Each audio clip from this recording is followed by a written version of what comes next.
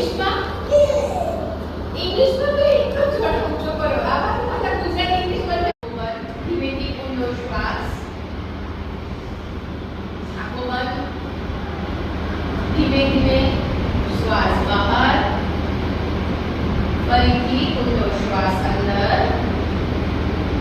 ધીમે ધીમે